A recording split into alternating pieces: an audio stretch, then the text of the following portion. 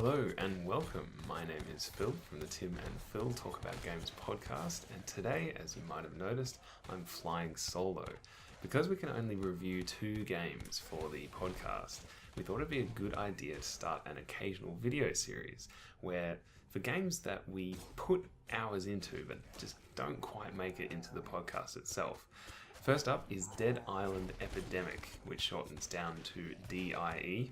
Die, get it? It's developed by Stunlock Studios and it's published by Deep Silver. Alright, so Dead Island Epidemic is a Zomba, according to the publishers. It's released from the dudes that made the first 2 games, but I don't think it's actually developed by the same team.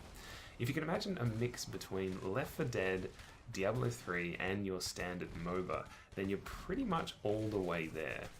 I got an invite to the closed beta while I was still in initial recovery from breaking my collarbone, as you can see, and decided to check it out on a whim.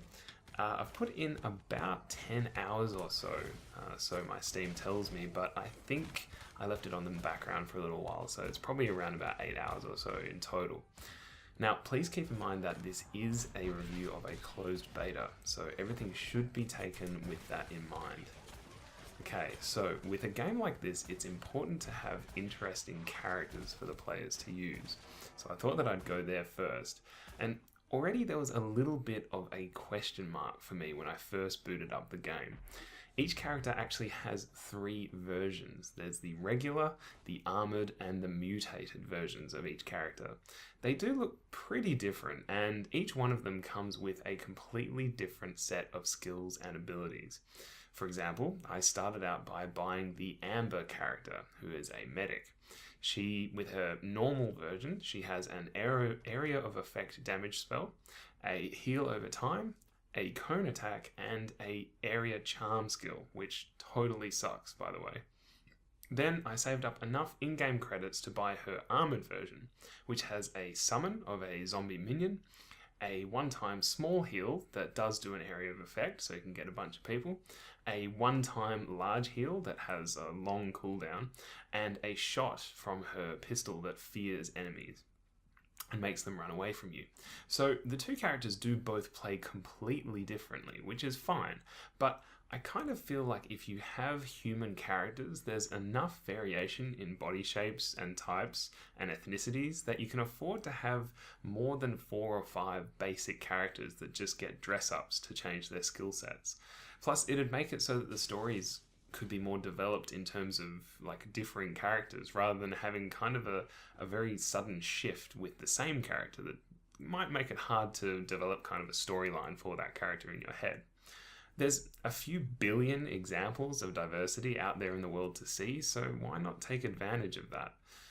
But like I said, the characters do all feel different to play. Some are a little OP at the moment compared to others, but they are generally the ones that you need to pay more in-game cash to unlock, so that kind of makes sense.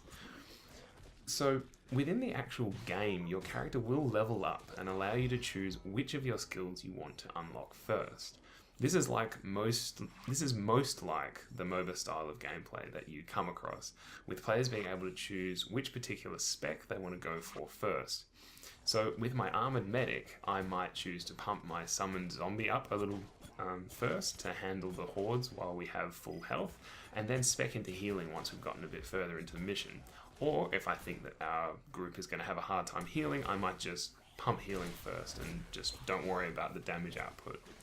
It seems as though most players will level up roughly at the same time, perhaps a little earlier than other players if they've defeated enough special zombies by themselves or last hit enough normal ones. But there doesn't seem to be that last hit or don't level up kind of mechanic that's present in most MOBAs. It seems like you will get experience just for kind of being in the general area. Besides that, it's very standard isometric action gameplay with usually 3 to 4 areas where zombies will come at you in waves, followed by a boss fight.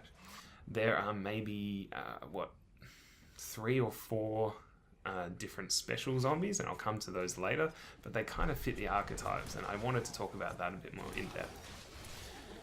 Progression with your characters is achieved by playing games with them. Whether they're co-op or versus, and we'll get to those in a bit, your player will level up and unlock traits and perks outside the individual games, And you'll also level up whatever weapons you've equipped for the game. So say I have a level 2 spiky baseball bat that might also have the capacity to level up 3 times. Level 1 might be increased power, so I do more damage. Level 2 might be increased attack speed, so again, kind of more damage.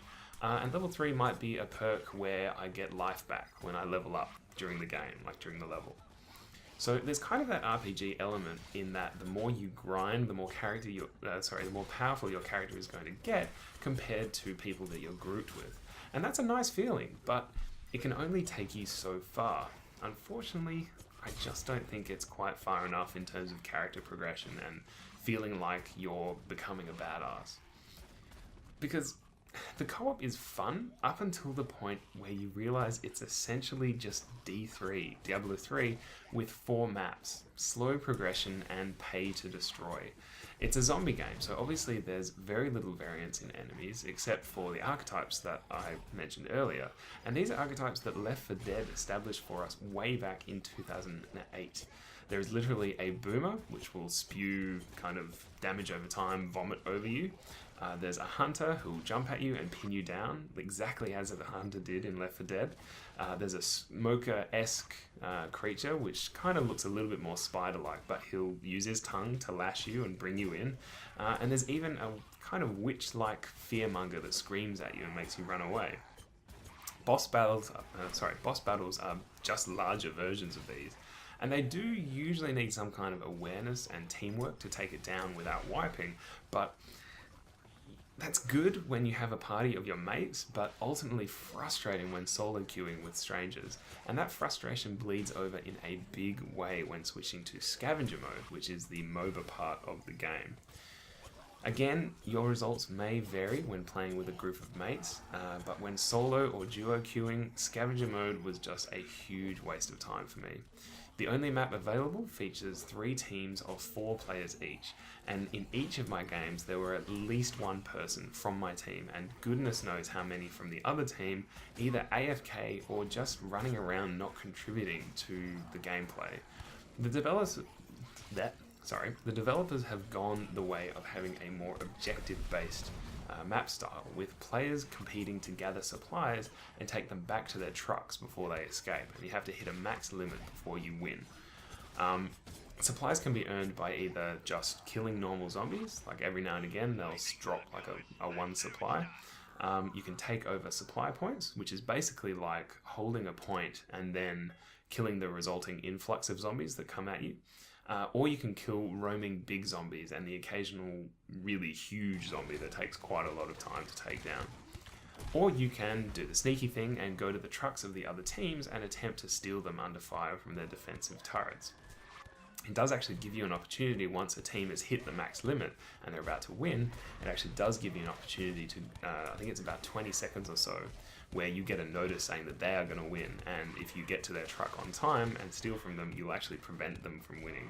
And that did happen to me one time, and I was annoyed, but also fair play to the other team. But the problem was that the team that did that to us wasn't the team that was winning. They didn't actually win the game, they just prevented us from winning. And this is kind of where the dynamic breaks down for this game mode that they've introduced, because the problem is there's so much to do. Like, there's actually too much to do, and having only 4 players to do it and having the chaos of having 3 teams competing for all of those objectives really seems to make it just that kind of feeling of frustration and not being able to be in control. Each single task that you have, whether it's taking a supply point or killing a big zombie or trying to farm zombies, it seems to take an entire team to kind of complete without needing to, while still retaining enough health to not die from a subsequent player ambush. And burst damage is king in this game so far, which makes certain characters completely useless. For example, my healer, even though I'd spec'd fully into her healing skill, her heal over time couldn't keep a single character alive for more than maybe a few extra seconds, which as a healer, it's just not enough. Like, you're not doing enough to help your team if you can only keep someone alive for a few more seconds under heavy burst damage from one of the other characters. Add to the fact that any player can dodge out of reach of other players, and if they start running away, it's really hard to catch up, as pretty much any character except one of the burst damage or kind of heavy tanky kind of guys that might have some kind of sprint or something that takes you closer to a player. It's all these things just kind of add up to a really frustrating experience. Playing with other people that might be up or down your level by quite a lot, like they've got maybe weapons that they haven't leveled up, or they haven't leveled up their character enough to get the perks and the augmentations to their skills that make them useful. Again, it's kind of annoying, and trying to coordinate all those different objectives while also trying not to die to the horrendous burst damage is just an effort in irritation. I applaud them for trying something new with the MOBA idea, but maybe they could take some lessons from games such as Heroes of the Storm, which is coming out soon, where they're innovating by making things more convenient for the player, not by trying to introduce so many elements that it just becomes irritating and frustrating. And also, I mean, balance first, monetize later. That's got to be the message. Like, you have to make sure that the game is balanced amongst all these different characters and making it so that the characters all feel just as useful before you try and sell people on boosting those characters, like paying money to boost them or paying money to get better weapons and stuff when they're just not going to be as effective overall. In summary, I guess I'd say it's a fun little distraction for about as long as it's going to take you to realize that it isn't more than the sum of its parts, and unfortunately the parts are done better by other games. Sorry guys, but unless they can turn it around significantly between closed beta as it is now and the full release, this one just doesn't come recommended. Anyway, thanks for watching, and we'll see you next time.